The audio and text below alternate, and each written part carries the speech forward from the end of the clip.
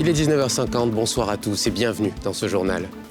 Dans cette édition, réaction du monde universitaire après les nouvelles mesures annoncées par le gouvernement. Des mesures qui visent à améliorer les conditions de vie des étudiants et à harmoniser les temps de formation. Et puis après la fermeture d'une boulangerie hier pour non-respect des mesures de lutte contre la vie chère, réaction de consommateurs et crainte du côté des boulangeries haut de gamme. Le président de l'Angola, João Lourenço, rempile pour un nouveau mandat de 5 ans. Sa cérémonie d'investiture s'est tenue hier à Luanda, sous haute sécurité. Le gouvernement ivoirien a annoncé mercredi à l'issue du Conseil des ministres de nouvelles mesures concernant les acteurs des universités de Côte d'Ivoire. Des mesures qui visent notamment l'amélioration des conditions de vie et de formation des étudiants, mais aussi l'harmonisation des temps de formation. La réaction du monde universitaire à ces mesures dans ce reportage de Mardoché Kwasi et de Mathurin Badé. Ces mesures adoptées au titre du ministère de l'Enseignement supérieur et de la Recherche scientifique sont relatives au renforcement de la capacité d'accueil des résidences et restaurants universitaires et l'octroi d'une aide financière à plus de 2000 étudiants démunis, identifiés par le Centre régional des œuvres universitaires, CROU. Des mesures saluées par le directeur général du CROU Abidjan 1. Et nous voulons exprimer au nom des étudiants toute la gratitude des étudiants de Côte d'Ivoire vis-à-vis du président de la République, qui a fait beaucoup et qui continue de faire beaucoup. Et soyez-en sûrs, les étudiants en sont très très reconnaissants.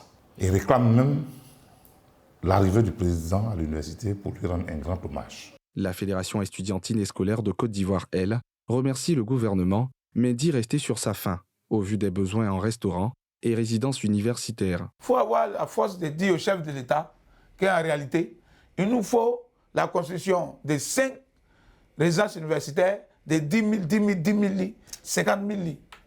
Ça sera difficile de voir des étudiants dormir dans les amphithéâtres. On a été content de voir que le gouvernement veut donner un fonds de 20 000 francs aux étudiants en nécessité. Si le gouvernement s'est penché sur la question des universitaires, nous voulons maintenant des solutions pratiques. Mais déjà, pour avoir pris le temps de passer au peine faire le secteur éducation-formation, nous voulons dire merci. Pour harmoniser les temps de formation, le gouvernement a également annoncé une rentrée unique pour l'ensemble des universités de Côte d'Ivoire, fixée au 3 octobre prochain. Une bonne décision pour la coordination nationale des enseignants-chercheurs et chercheurs qui estiment que beaucoup reste à faire pour rendre cette annonce possible dans les faits. Une rentrée unique, c'est une très bonne chose. Ça permettra de normaliser la situation de l'école. Seulement, pour que cela réussisse, que nous ne revenons pas encore en arrière, les questions de manque d'infrastructures, des salles de TD qui font que les cours ne peuvent pas être programmés dans le temps. Nous sommes en nombre insuffisant et donc ce qui ne permet pas d'avoir des années normalisées.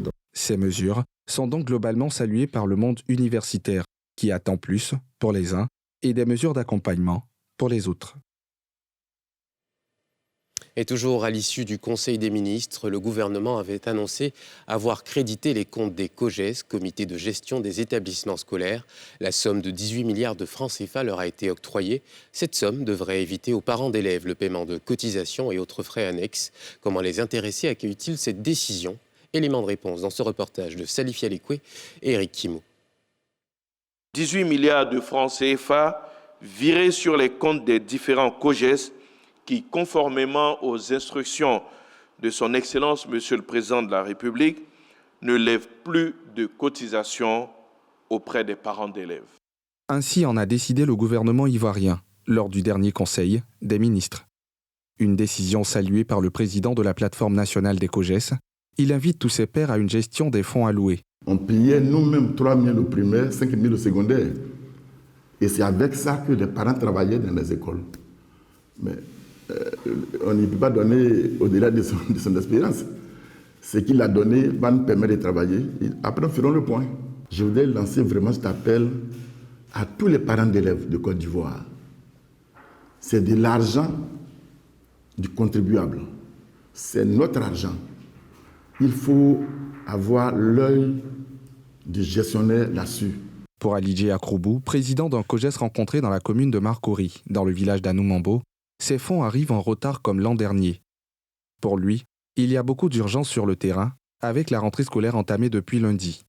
L'année passée, c'était presque la même chose, mais un COJES d'Anmambo ou de Makori n'a pas reçu de sous. Pourquoi ne pas une proposition faire le virement en nous, de manière que nous puissions préparer l'école pour la rentrée des élèves. L'école est grande, il y a un seul gardien, et il n'est même pas payé au SMIG, parce que le COJES n'a pas d'argent. Dans les faits, de nombreux parents d'élèves dénoncent le paiement des frais en dehors des inscriptions officielles. On doit payer balai, on doit payer javel, papier hygiénique. Il faut combien de balais pour balayer une classe? Et considérer que dans une école, il y a 1000 élèves dans une école. On se retrouve à 1000 balais. Et c'est chaque année comme ça. Ça vient encore alourdir encore les dépenses des parents que nous sommes, parce que c'est des trucs qui sont imprévus et puis c'est pas encore fini. Souvent le robinet de l'école peut être gâté. Qui va venir changer les robinets? Donc c'est pour dire que tu est-il qu'il va y avoir des cotisations pour qu'on puisse parler à des difficultés. On ne va pas attendre l'État pour dire ampoule néon de la classe est gâtée.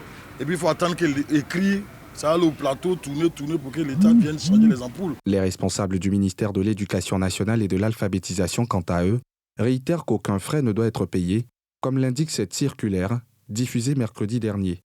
Je tiens à rappeler que conformément à l'arrêté du 12 octobre 2021, consacrant la suppression des cotisations exceptionnelles et fixant le régime des droits liés à la scolarisation des élèves, la levée des frais annexes dans le cadre des inscriptions dans les établissements publics est interdite.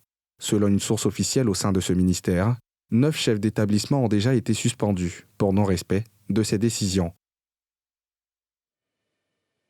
Et puis réaction après la fermeture d'une boulangerie hier jeudi pour non-respect des mesures de lutte contre la vie chère, portant notamment sur la production de 2 types de baguettes de pain pour permettre aux consommateurs de choisir librement. Mais cette décision inquiète notamment les boulangeries haut de gamme. Mithilène Négré et Tanguy Conan.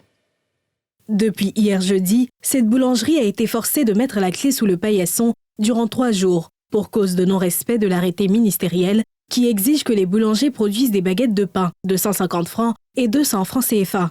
Au lendemain de la fermeture, des riverains ont réagi face à cette décision du gouvernement. Tout le monde est peiné parce que c'est pas loin. Là, subitement, c'est fermé. Les prix sont à 150 francs. Je ne sais pas pourquoi ils maintiennent toujours 200 francs. C'est pas bon. Pour éviter cette sanction, des boulangers s'activent pour produire les baguettes qui respectent les prix et le grammage exigé. On fait des poids de 200 grammes, on fait ça à 150. Parce qu'au début, quand ils ont commencé de faire par rapport à 150-200, mais on voit que ça ne marchait pas. On a décidé de faire plein de 200 grammes, on fait ça à 150 toujours. Si le gouvernement a décidé de sévir, c'est pour lutter contre la cherté de la vie et permettre aux citoyens de mieux s'approvisionner. Mais cette décision de produire les baguettes de pain de 150 et 200 francs CFA impacte des boulangeries haut de gamme comme cette boulangerie française. Ici, on s'efforce de respecter la règle. Bon là vous avez un pain à 150, là-bas c'est le pain qui est à 200 francs. Et il est vrai que quand on a un endroit comme ça, on a d'autres charges qu'un simple guichet le long de la route. La clim, l'aménagement de l'espace, c'est sûr que tout ça, ça a un coût. Et contraindre un prix de la sorte, c'est évident que quelque part je vais m'y retrouver. Si je pouvais mettre une marge plus importante, je pourrais plus facilement récupérer mon investissement. Mais voilà, la règle ici c'est un pain à 150 francs, un pain de 200 francs, et puis faut s'y tenir. Le gouvernement entend fermer toutes les boulangeries qui ne respectent pas les prix plafonnés du pain. Les populations sont invitées à saisir les agents du ministère du Commerce pour dénoncer les boulangers véreux. Le ton est monté d'un cran entre Abidjan et Bamako dans l'affaire des militaires ivoiriens arrêtés et incarcérés au Mali. La junte malienne a réagi à la décision de la Côte d'Ivoire de saisir en urgence la commission de la CEDEAO afin d'obtenir la libération des soldats. Dans un communiqué lu à la télévision publique hier jeudi, les militaires au pouvoir au Mali mettent en garde contre ce qu'elle a appelé l'instrumentalisation de l'institution sous-régionale. Pierre Dipomélin. D'abord la voie de la justice, ensuite la diplomatie, et enfin une demande de troc des militaires ivoiriens contre les personnalités politiques maliennes réfugiées en Côte d'Ivoire après le renversement du régime d'Ibrahim Boubacar Keïta. Face à un tel mélange de genres, le ton diplomatique des autorités ivoiriennes a basculé à la fermeté. Au terme d'un conseil national de sécurité, Abidjan a dit sa volonté de saisir la commission de la CEDEAO pour obtenir de la junte militaire une libération immédiate de ses 46 soldats qui ont déjà passé 2 mois dans les geôles d'Assimi Goïta et de ses hommes. Il n'en fallait pas plus pour la junte malienne pour brandir des menaces contre ce qu'elle a appelé une instrumentalisation de la CEDEAO.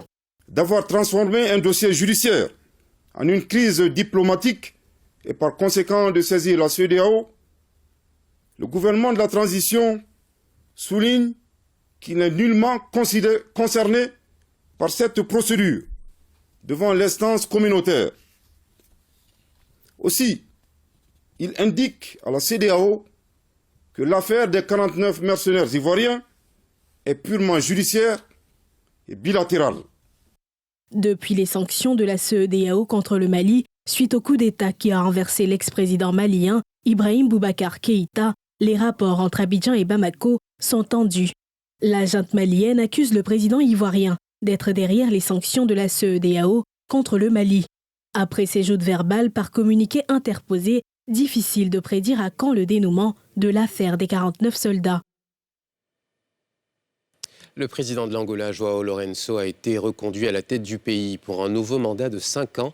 Sa cérémonie d'investiture s'est tenue hier à Luanda, une cérémonie placée sous haute surveillance policière après des élections fortement contestées par l'opposition. AFP, Marie-Axel Tano. Le président João Lourenço s'est engagé à être le président de tous les Angolais. C'était lors de sa cérémonie d'investiture pour un second mandat de 5 ans, hier à Luanda. Une cérémonie placée sous haute surveillance policière après les élections les plus contestées de l'histoire de l'Angola. Le Mouvement populaire pour la libération de l'Angola, MPLA, a remporté les élections avec 51,17% des voix contre 43,95% pour l'Union nationale pour l'indépendance UNITA, premier parti d'opposition. Un des scores les plus bas jamais enregistrés par le MPLA, parti au pouvoir depuis l'indépendance du pays en 1975. Dans sa prestation de serment, João Lourenço, 68 ans, a promis de s'attaquer au chômage des jeunes, offrir des augmentations de salaire ainsi qu'une meilleure rémunération des forces armées. Des promesses plutôt bien accueillies par le peuple angolais. Plus tôt dans la semaine, son homologue du Kenya, William Ruto, prêtait serment lui aussi devant plus de 60 000 personnes au stade de Kasarani à Nairobi. Après plusieurs semaines de controverses, William Ruto, 55 ans, devient officiellement le nouveau président du Kenya, ayant récolté environ 233 000 voix sur un total de 14 millions de votes. Une vingtaine de chefs d'État et de gouvernement, parmi lesquels de nombreux voisins, l'Éthiopie, l'Ouganda, la Somalie, la Tanzanie et d'autres du continent africain, la RDC, le Tchad, le Zimbabwe, étaient présents pour l'occasion. L'arrivée de ce dernier à la State House met fin à près d'une décennie de présidence d'Ouhuru Kenyatta, élu président en 2013, et réélu en 2017, qui ne pouvait plus briguer de 3e mandat. Et c'est la fin de ce journal. Merci à toutes les personnes qui ont travaillé à sa réalisation tout au long de la semaine. Bon week-end.